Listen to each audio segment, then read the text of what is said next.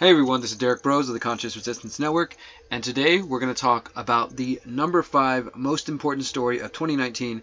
And again, I want to remind you guys that I've been covering these stories. We've done number 7, number 6, and I'm not doing them in any particular order. It's not that I think one is more important than the other.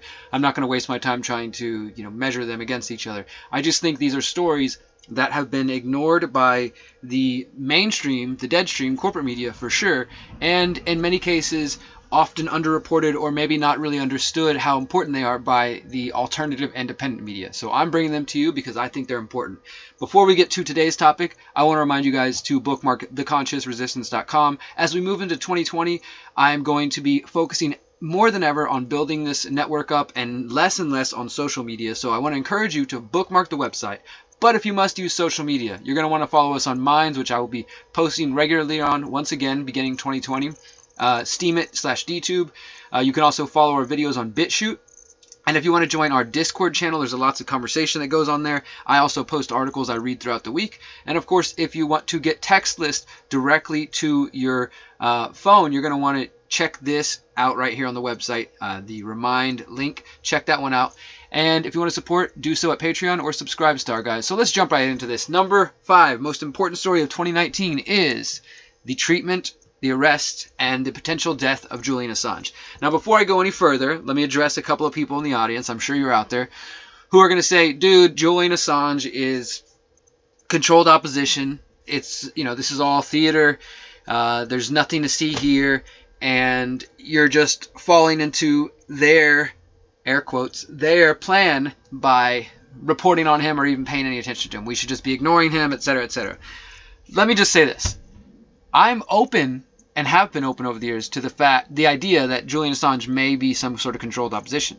However, I have yet to see anybody put together some solid evidence, and maybe I just missed it. Send me links, email me, reach out, comment below, but I have yet to see concrete evidence of such a claim. Only have seen speculation about various things. So, while I reserve the right to, sort of watch him, keep both eyes on him and not really, and be skeptical of Julian Assange himself and even of WikiLeaks, I do believe and I can see that the way they're treating him and the precedent that they're setting is going to be bad for all of us. So even if you think, oh, Assange is just a psyop, well, maybe part of the psyop is just to normalize this treatment of him for the rest of us and to go after journalists and activists and publishers and things of that sort, that could be the case. But for the moment, what we know is that this guy has been abused, he's being tortured, and he's been maligned because he helped reveal things about the U.S. War. And yes, some could argue, okay, well, those documents didn't really tell us anything. I mean, I just think you're not giving WikiLeaks enough credit. You got to go to the Panama Papers, you got to go to the Afghan war logs, the Iraq war logs, obviously the DNC leaks, now the ongoing OPCW Syria leaks. There's so many other things we can get into that WikiLeaks has leaked over the years, and people are still pouring through the documents that are available on their website. Now, that doesn't mean it couldn't be controlled opposition. I really have difficulty thinking that if the government really didn't want these documents off the internet completely, they couldn't find a way. But there are also precautions you can take, and there are ways that you can get away from them. So, with all that said and done, yes, the number 5 story of the year is that Julian Assange has been arrested. He's potentially going to be extradited by the U.S. government, as we said here. This was back in April when he was arrested. And, we're going to get into pretty much everything that's been going on this year with him. But he was arrested back in April. Potentially, we still haven't seen it yet, but going to be extradited by the U.S. government. We saw here that the Department of Justice put out this statement accusing him of computer hacking conspiracy, even though he's not a hacker and he didn't hack anything. They're accusing him of being involved in playing a bigger role in the Afghan war logs with Chelsea Manning, at the time Bradley Manning, and that is, as far as we know, not true. And there's been no evidence put forward to back that claim up, but that's what the U.S. government is using. So they went in there, the British authorities went into the Ecuadorian embassy in the UK, in London, and raided him, took him out of there. It was a big thing, and for a moment the news was paying attention to it, and now they're holding him. And while that was going on, they decided that they were going to sentence him to 50 weeks in a UK prison for a bogus bail charge. Now, this bogus bail charge goes back to, I think, 2012, when Assange was first accused by somebody in Switzerland, I believe, of rape charges. And many people believe that these rape charges, which conveniently just popped up after he started being involved with the leaking of these documents, many people think that this was just a way to go after Assange. So back in 2013, when these rape charges first started popping up, the Swedish government was going to come after him and get him. Instead, he decided to skip bail and to go and seek asylum in the embassy. And that's kind of where this whole saga began. So now that he was released, they were saying, well, look, you're still liable for this bail jumping charge. So they used that as an excuse to hold him for 50 weeks. And so he's been sentenced to 50 weeks where he's still being held right now. And that's what's been going on. Julian Assange has been held there. And of course, conveniently, just recently, in November, those rape charges were dropped now. The accusations of rape in Sweden all of a sudden were dropped. And I also reported on how the son of Julian Assange, judge in the case that it's ongoing, is linked to an anti-data leak company created by the UK intelligence establishment. Some very interesting things. I highly recommend that article. There's also information there about how the Spanish company was hired to spy on him. And I mean, just really interesting stuff there. So all of this has been going on. And we learned how the CIA used a secret live stream to spy on Julian Assange. Not a joke. The CIA ran an operation to live stream surveillance of women on the toilet. And so this is from Edward Snowden, and it was reported elsewhere. Not a joke. The CIA allegedly ran an operation to live stream surveillance of women in the toilet, hoping to overhear them planning a legal defense for an asylum seeker. This is skulls on hats level villainy, simply indefensible for people claiming to be the good guys. So we just keep learning more and more details about this whole thing. And of course, another interesting aspect of that, take you back to this article I wrote, Forget Russiagate, here are 5 real reasons Trump needs to go. And supporting the persecution and prosecution of Julian Assange and Chelsea Manning. This is before Assange was even arrested. But as I note here, during his campaign for president, Donald Trump famously said he loved WikiLeaks, but after he was elected, he began singing a different tune. Trump is now calling for the prosecution of WikiLeaks founder Julian Assange, and the U.S. government has been increasingly putting pressure on the Ecuadorian embassy in London to turn him over to the U.S., and that's eventually what happened. So Trump gets elected and, of course, claims he knows nothing about Julian Assange. And this is before Assange was even arrested. This is when people were just trying to get Trump to help out Assange before they came after him.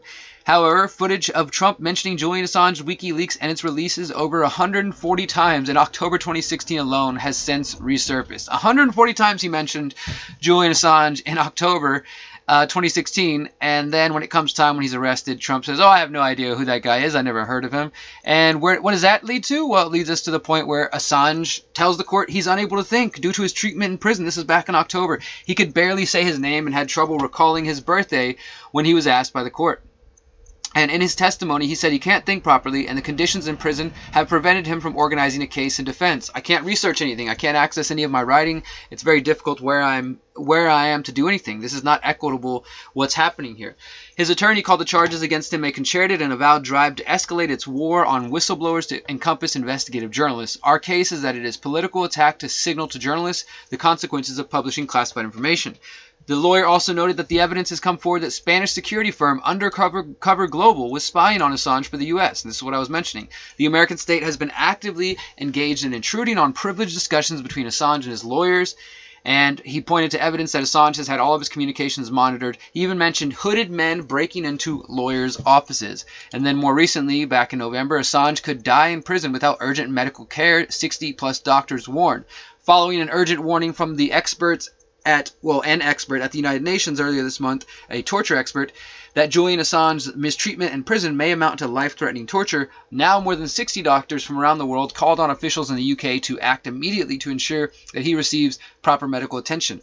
In their letter to British Home Secretary Priti Patel and Shadow Home Secretary Diane Abbott, the doctors, including physicians in the UK, Sri Lanka, the US, and several other countries, express grave concerns over his deteriorating health as a result of his 7-year confinement in the Ecuadorian embassy and his subsequent incarceration by the British authorities as he awaits potential extradition to the United States.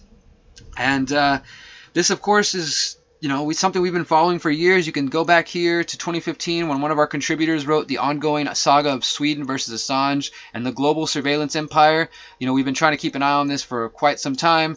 Back in 2016, I talked about Julian Assange calling on British government to let him go. And, this has been taking place for some time.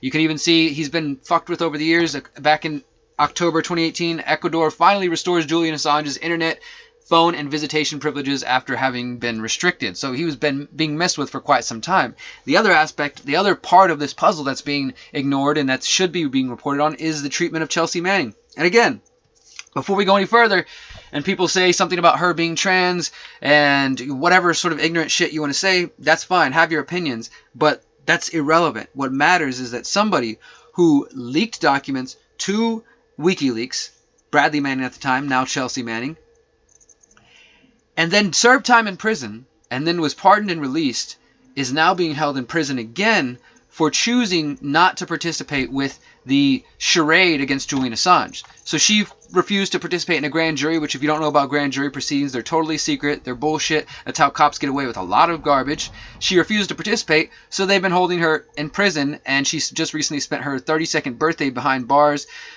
She's been in prison since May after a U.S. district judge ordered her incarcerated for not recognizing the legitimacy of the grand jury. She tweeted that she was grateful for the support and the letters that she had been sent while imprisoned at William G. Truesdale Adult Detention Center in Virginia. Celebrating yet another birthday in jail. Thanks to all of you for your wonderful letters and dank memes. Always thinking of y'all.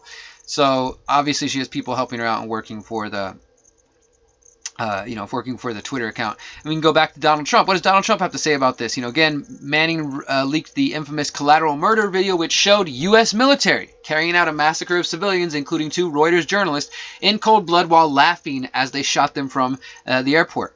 From the helicopter. Donald Trump back in 2017 says, ungrateful traitor Chelsea Manning, who should never have been released from prison, is now calling President Obama a weak leader. Terrible. Yeah, so if it's up to Trump, they'll both suffer in prison and,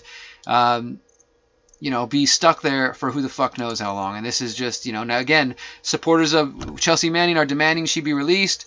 This was back in March when she was only there for 17 days. It's been quite some time since then. Torture, plain and simple. Manning supporters demand her release from solitary confinement. And the other sad, important part of this, mainstream journalists, silence. Continuing to be silent on what's happening to Assange. Even if it's just crazy. I talked about this with a friend the other day, actually a family member, and he said that he's former Navy, and so he was in the military, and he said 10 years ago when WikiLeaks and them first came out and started releasing documents, he was the kind of guy that said they were traitors, how dare they do this, and a friend of his was kind of the opposite and saying, no, man, you need to pay attention to what these people are talking about, and he was just totally not hearing it, and now here we are, 10 years after the fact, and he is a lot more open to what WikiLeaks is about, and he thinks it's horrible what's happening. And so people have flipped in that way. But the worst part is the people who were supportive of Assange and WikiLeaks, let's say during the Bush years and the early Obama years, once WikiLeaks started leaking shit about the Democrats and Hillary, and they believe, that's WikiLeaks' fault Trump got elected. Well, once that happened, people all of a sudden flipped, or they're silent. Now these people are nowhere to be found when it comes to defending Julian Assange and WikiLeaks. You can't hear them make a freaking peep, because just like the mainstream journalists, just like the mainstream discourse, they want people to believe that he's a Russian agent and that it was his fault. And don't look at the information, just know that it's his fault that we have Donald Trump. And if you remember at the time during the election when WikiLeaks was releasing the DNC files, we were being told that it should be illegal to even look at these documents. They were discouraging, very openly discouraging people from looking at them and literally saying it should be illegal. So this is propaganda, and they've done a great job. So many people have fallen for this shit, and especially you Trump supporters, not all of you, but some of you who support Trump, you continue to support him despite this, among other issues that he's gone silent on or flip-flopped on. And who knows what the hell's coming in 2020. Will Julian Assange be extradited to the United States? If so, more than likely they're going to try to put him away in prison for the rest of his life like Ross Ulbricht, or they might even try to kill him under the Espionage Act. We'll see, because the American people, they want blood, and they might support it, unfortunately, because this is the crazy, fucked up world we live in. Some people are so propagandized and so distorted insight in their own world that they think that violence against other human beings like this and supporting the lies of the empire is going to give us freedom. It's just, we're in a backwards world, guys. But I'm thankful to each of you who care about this. This has been our number 6 most important story of 2019. I got number 5 coming in just a little bit after this, and we have 3 more all the way up till New Year's Day 2020. So please stay tuned to theconsciousresistance.com. And again, guys, if you want to support me, what I'm asking of you right now, invest in my next documentary, The 5G Trojan Horse, which will be out mid to late January 2020. We've already raised $573. Thank you to everyone who's supported. We're trying to get to $2,000. We've got 15 days left. I'm going to keep reminding you because you guys are what make my work possible. Without you, I wouldn't have been able to make my Finders documentary, the Epstein documentary, and with your help, I'm going to make one hell of a kick-ass new documentary and expose people to the dangers of 5G. And until next time, my friends, remember, you are powerful, you are beautiful, and you are free. Peace.